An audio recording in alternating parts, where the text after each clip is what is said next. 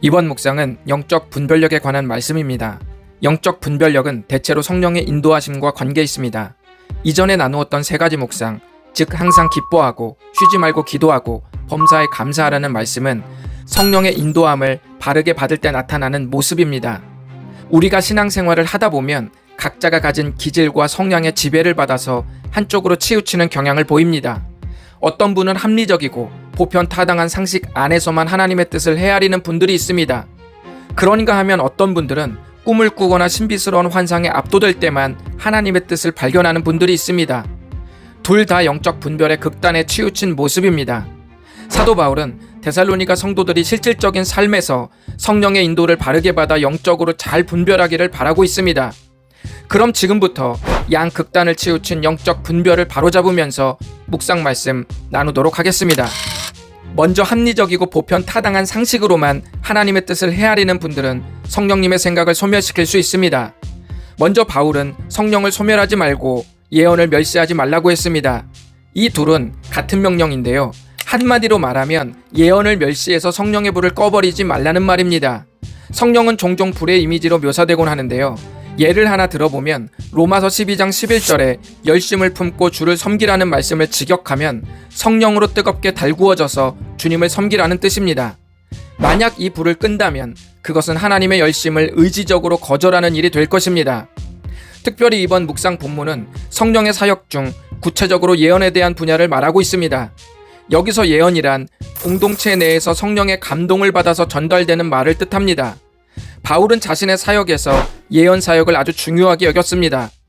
바울은 이 예언 사역을 통해 덕을 세우고 공동체를 격려하며 하나 되도록 도왔습니다. 그런데 문제는 합리적이고 상식선에서만 하나님의 뜻을 분별하려는 사람들은 이런 감동을 무시하기 쉽다는 것입니다. 사도행전 13장에 보면 안디옥 교회 일꾼들이 금식하며 기도하고 있을 때 성령께서 바나바와 바울을 선교사로 세우라고 감동을 주셨습니다. 이게 말이 되나요? 바나바와 바울은 안디옥 교회의 최고 지도자들입니다.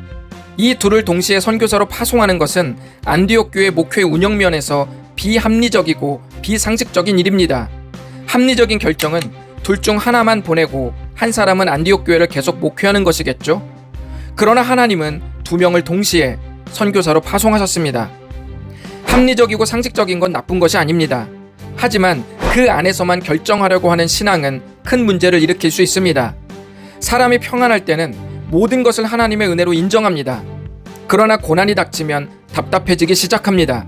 그때 사람은 이 문제를 해결하기 위해 더 냉철하고 합리적으로 판단하게 됩니다. 그 자체는 나쁘다고 볼 수는 없는데요. 문제는 더 합리적으로 생각하는 과정에서 이따금씩 상식을 넘어서서 역사하시는 성령의 감동을 비합리적이라는 이유로 거부하게 되는 일이 발생한다는 것입니다. 하나님은 이 거부를 아주 강하게 경고하셨습니다.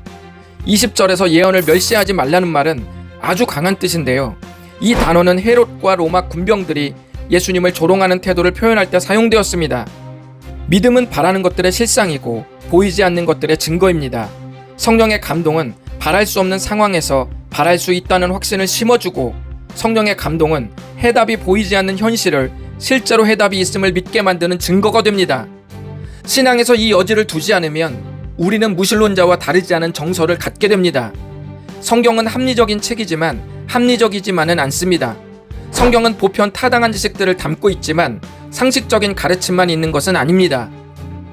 하나님의 명령에 순종하여 본토 친척 아비집을 떠나는 아브라함, 모세에게 홍해바다를 가르라고 지시하는 하나님, 물맷돌을 가지고 골리앗에게 돌진하는 다윗, 깊은 데로 가서 그물을 던지는 베드로, 자신의 전부를 바치는 과부의 두렙돈, 예수님의 시체를 달라고 당돌하게 요구하는 아리마대 사람 요셉, 자기를 죽이려는 자들이 들끓는 루스드라 성으로 다시 들어가는 사도 바울, 이들에게 이 순간은 모두 고난이었고 앞이 캄캄한 순간입니다.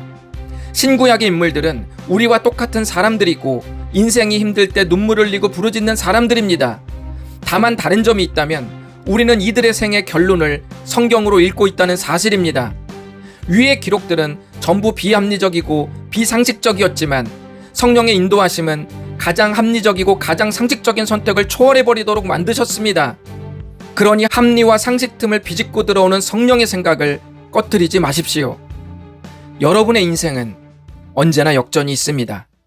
두 번째 극단은 성령의 감동을 신비한 경험에만 의존해서 확인하는 신앙입니다. 데살로니가 전서는 성령의 감동으로 주어진 말씀을 예언이라고 기록했습니다. 신약 성경에 보면 예언이라는 단어는 두 가지 뜻이 있습니다. 첫 번째는 기록된 하나님의 말씀을 가리킬 때입니다. 대표적으로 베드로후서 1장 20절에 성경의 예언은 사사로이 풀 것이 아니라고 말했을 때 여기서 사용된 예언은 기록된 하나님의 말씀을 가리킵니다. 예언이란 단어의 두 번째 의미는 은사로서의 예언을 말하는데요. 예를 들어 1세기 교회에서는 예배 중에 예언의 은사를 받은 사람들이 성령의 감동으로 주어진 말씀을 나누는 경우가 있었는데 이를 예언의 말씀이라고 말합니다. 이 예언의 말씀은 교회 공동체를 세우고 덕을 끼치는 데 중요한 역할을 했습니다. 하지만 그렇다고 해서 은사를 받은 사람들이 자유자재로 아무 때나 말할 수 있는 것은 아니었습니다. 철저하게 성령님의 주도로 성령께서 감동하실 때에만 그 예언의 말씀을 나눌 수 있었습니다. 그렇기 때문에 예언의 은사는 특정인들이 독점할 수 없었고 교회 공동체가 된 사람들이라면 누구에게나 열려있는 은사였습니다. 일부 사이비 단체에서 특정인들이 예언의 은사를 독점하고 나머지 99%의 회원들을 명령하는 모습은 전혀 성경적이라고 볼 수 없습니다. 예언의 말씀은 하나님께서 세우신 교회 지도자를 중심으로 모두에게 주어질 수 있는 선물이라고 볼 수 있습니다. 그러나 문제는 성령의 감동을 받아서 말하는 분들 중에 아무런 검증 절차도 없이 신비스러운 경험이나 그 순간 느꼈던 황홀경들을 전부 성령의 감동으로 여기는 분들이 있다는 데에 있습니다. 첫 번째 극단이 성령의 감동으로 주어진 특별한 경험을 전혀 합리적이지 않다는 이유로 인정하지 않는 위험이 있다면, 두 번째 극단은 반대로 아무런 기준도 없이 무분별하게 인정하는 위험이 있습니다. 데살로니가 전서 5장 21절은 범사에 헤아려 좋은 것을 취하라고 말씀하십니다. 여기서 범사에 헤아린다는 뜻은 면밀히 조사한다라는 의미입니다. 바울이 이런 명령을 내렸다는 말은 소위 성령의 감동을 받았다고 말하는 예언의 말씀에 오류가 있을 수 있다는 사실을 암시합니다. 한마디로 분별이 필요하다는 뜻입니다. 그래서 좋은 것은 취하지만 만약 좋지 않으면 버려야 합니다. 그런데 여기서 눈여겨볼 것이 있습니다. 좋은 것을 취하라고 말했을 때 좋은 것은 한마디로 끝냈죠. 그런데 악을 버리라고 말할 때는 모든 모양의 악이라고 표현했습니다. 악은 교묘하고 은밀하여 우리 눈에 먹음직도 하고 보암직도 한 모습으로 끊임없이 변신합니다. 그래서 예언의 말은 면밀히 조사해야 합니다. 이따금씩 우리 주변에서 예언의 말씀을 다룰 때 그 예언이 성경의 권위보다 높지 않다는 걸 알면서도 실천하는 데 있어서는 성경의 권위보다 더 높을 때가 많습니다. 내가 똑똑히 들었어. 또는 내 눈앞에 주님이 나타나셔서 직접 말씀하셨다고 라고 말합니다. 이 정도 되면 그 사람은 반드시 행동으로 옮기게 되는데, 문제는 이런 순종이 성경의 권위가 아니라 더 자극적인 체험에 이끌리고 있다는 것입니다. 바로 이것이 특별한 경험이나 신비 체험에 의존해서 성경의 인도하심을 확신하는 극단의 부작용입니다. 그렇다면 우리는 어떻게 예언의 말씀을 분별할 수 있을까요? 첫째는 예언을 한 사람과 예언의 말씀이 덕이 되는지 확인하는 것입니다. 고린도전서 14장 3절은 예언의 말씀이 공동체에게 덕이 되어 위로를 얻어 교회를 세운다고 말합니다. 예언의 은사가 모든 이들에게 열려 있더라도 죄를 짓고 공동체에서 신뢰를 받지 못하는 사람의 입술에서 예언이 선포되는 법은 없습니다. 그러므로 복음이 모든 사람에게 기쁜 소식일 수밖에 없는 것처럼 예언의 말씀도 공동체 전체에게 덕을 끼칠 수밖에 없습니다. 둘째는 예언의 말씀이 교회 공동체 대부분의 회원들에게 지지를 받는지 확인하는 것입니다. 특별히 고린도전서 12장에서 은사를 말씀하실 때 중요한 강조점 중 하나는 다양한 은사가 한 성령에서 나왔다는 사실입니다. 그러므로 구원받은 그리스도인들 전체에 성령께서 내주하시기 때문에 예언의 말씀은 교회 공동체 대부분의 회원들에게 지지를 받게 되어 있습니다. 셋째는 예언의 말씀이 기록된 성경과 어울리는지 확인하는 것입니다. 세 번째가 가장 중요한데요. 성경의 각 구절들은 작은 문맥 안에 묶여 있고 이 작은 문맥은 좀 더 큰 문맥과 또 연결됩니다. 결론적으로 이 모든 줄기들은 하나님께서 태초부터 계획하신 구원의 역사라는 큰 강으로 유입되고, 이 강은 구약과 신약이 가리키는 예수 그리스도 안에서 절정을 이룹니다. 그러므로 우리가 소위 성령의 인도하심을 받았다고 말하는 특별한 사건, 특별한 만남, 신비체험 등은 성경의 사례와 성경이 가리키는 복음의 맥락 속에서 풀어낼 수 있는 것인지 확인하는 과정이 필요합니다. 신학자 웨인 그루뎀은 오늘날 교회에서 예언이 없는 것은 성령으로부터 오는 계시가 없어서가 아니라 그리스도인들이 자신들에게 오는 그러한 계시를 잘 깨닫지 못하기 때문이 아닌지 생각해 봐야 한다고 문제제기합니다. 그러면서 현대에도 그리스도인들이 교회 리더의 질서 아래에서 성령의 인도하심을 얼마든지 들을 수 있다고 말합니다.